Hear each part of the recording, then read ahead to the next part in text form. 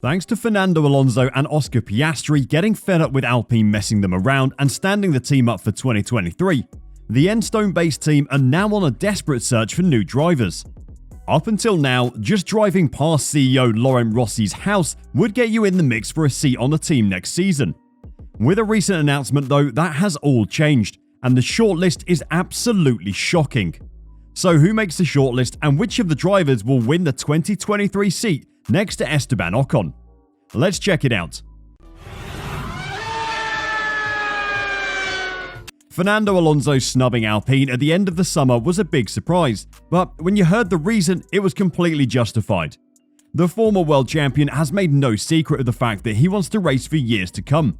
But Laurent Rossi, appointed Alpine's CEO ahead of the 2021 season, didn't have faith in the 41-year-old driver staying fit, so would only commit to a one-year contract. Fernando isn't one to be messed around and said, "Screw that, I'll get a longer contract elsewhere," and off he went to Aston Martin. It was a shock for Alpine, but it is fine because the highly rated backup Oscar Piastri was waiting in the wings. Apparently, the team were keen to get him into Nicholas Latifi's Williams seat in 2023 on loan for some experience before stepping up to Alpine, but that wasn't good enough for Piastri. So he tweeted he wasn't joining the team and off he went to McLaren instead. Well, Laurent Rossi believes Oscar Piastri did not follow Formula 1 tradition when he chose moving to McLaren over a 2-year Williams loan deal and a future at the Renault Works team. Speaking publicly for the first time on the matter, Rossi has now questioned Piastri's conduct in the context of how other young drivers have started their F1 careers. He claims Piastri has differentiated himself from the likes of Max Verstappen and George Russell, and that it was not good form to decide Williams was not worth driving for. "It's very disappointing," said Rossi. "We've been extremely committed. We've been extremely loyal. We've been investing a lot. We made technical mistakes, legal technical mistakes, which basically left the door ajar. We never thought, it was a bit of an oversight for sure, we never thought we had to worry about us." Rossi added, he himself acknowledges that he didn't want the seat at Williams. That's as simple as that. "First and foremost, we disagree with this attitude, because this is not what you do. It's not good form." But good form doesn't seem to be prevalent. Rossi must have been born yesterday if he's naive enough to think that Piastri wasn't going to look out for himself first. Society has long since passed the point where people are happy to sit patiently, quietly waiting for their chance. The current generation won't sit behind a desk for 10 years waiting for a promotion. They'll go out and find a company that will give them that promotion right away. Piastri was the same. He wasn't happy waiting when the chance to drive in a team aiming to challenge for titles in the near future came calling, and good on him for doing so. Rossi's old-fashioned thinking has left Alpine completely screwed and scrambling for a driver for 2023. Not a great first year and a half on the job for the new CEO, is it? The team has come up with a solution though. To start with, they formed a 14-man shortlist for the job. Not exactly the shortest shortlist we've ever read, but you have to start somewhere. That shortlist has now been cut, and Alpine are going to be testing 4 drivers in their 2021 car at the Hungaroring in the lead up to the Singapore Grand Prix. That's right, Alpine is literally hosting a competition to see which driver gets a seat for 2023. The test is part of the ongoing in-season program using a 2021 Alpine A521, which was originally meant for Oscar Piastri, but that's obviously cancelled now. The 4 competitors in the Alpine Contender Championship, as we're now calling it, are current Haas driver Mick Schumacher, super sub Nick De Vries, unlicensed Colton Herta, and Aussie Jack Doohan. Let's start with fan favourite Mick Schumacher, whose participation in the test says a lot about his chances of retaining his Haas seat next year. Mick has plenty going for him in the competition, including the backing of current Alpine driver Estaban Ocon. The Frenchman has said he would like his good friend Mick Schumacher to become his new teammate. He would be Ocon's preferred choice for his new teammate, even though he's not getting involved in that process. "I'm not really discussing about that inside the team," said Ocon when asked if he wants to get more involved in Alpine's driver search. "I completely trust Laurent and Otmar, the bosses. They are going to be pretty busy. I'm sure they received hundreds of calls for that seat. No, I'm not into that at all. What I would like is for Mick to race with me. That is clear because he's my good friend. But that is not going into the boss's ear. I'll let them decide." It took some time for Schumacher's Formula 1 career to get going, but a P8 at Silverstone and P6 in Austria ending a run without scoring a point that dragged on for far too long. But history shows that once Schumacher finds his footing in a series, he generally excels. The Haas VF22 has been rather inconsistent. Even experienced teammate Kevin Magnussen has struggled to find a run of form. Mick would also be free of the tension which appears to have built between him and team boss Gunther Steiner.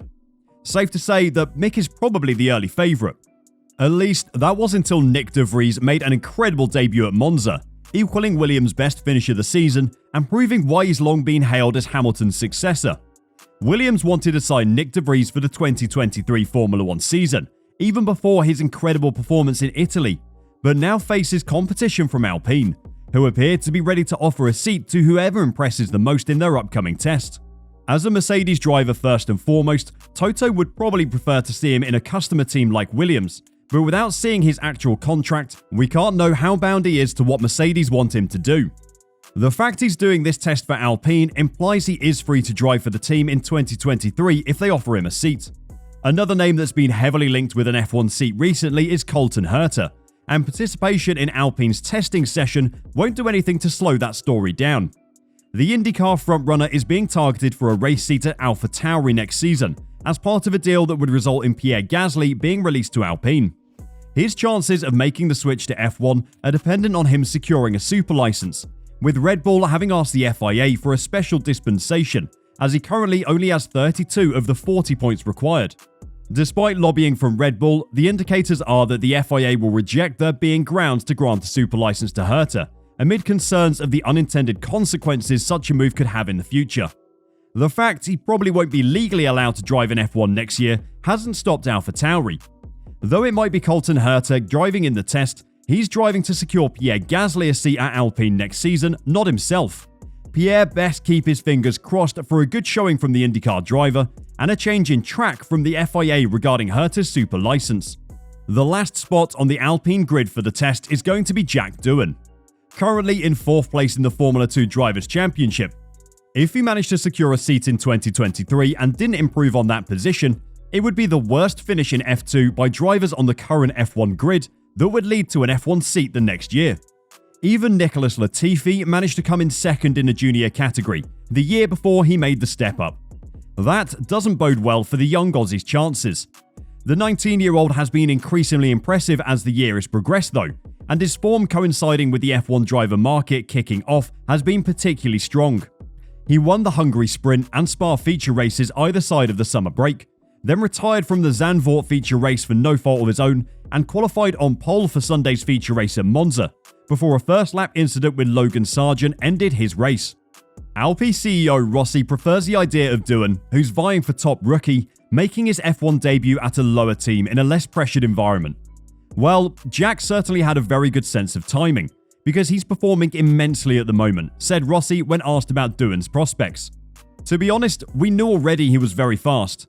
The raw speed he had, but he gained in maturity a lot. It shows on the track but also off the track. The conversations we have are very impressive. I think something clicked. He made a step which is really good. Now, irrespective of his value, we still believe that the best path for a young driver is to potentially go in a team where you have a bit of less pressure to deliver. The prospect of driving for a less competitive team than Alpine is exactly what forced Oscar Piastri to move to McLaren though, so Rossi has to be careful to not make the same mistake again with Doohan. So there you are. 4 drivers testing head-to-head in the old Alpine car to decide who gets the seat for 2023. To be honest, if it works out for Alpine, then it might be something we see more of in the future. The wealth of talent lining up outside of F1 waiting for a weigh-in is incredible, and perhaps pitting them against each other in test sessions like this in the future is the best way to evaluate them. We'll have to wait and see if it catches on in the future, but for now, good luck to all the competitors in the inaugural Alpine Contenders Championship. May the best driver win. Who would be your favourite to claim the 2023 Alpine seat? Let us know where you'd put your money in the comments below, and until next time, drive safe and bye for now.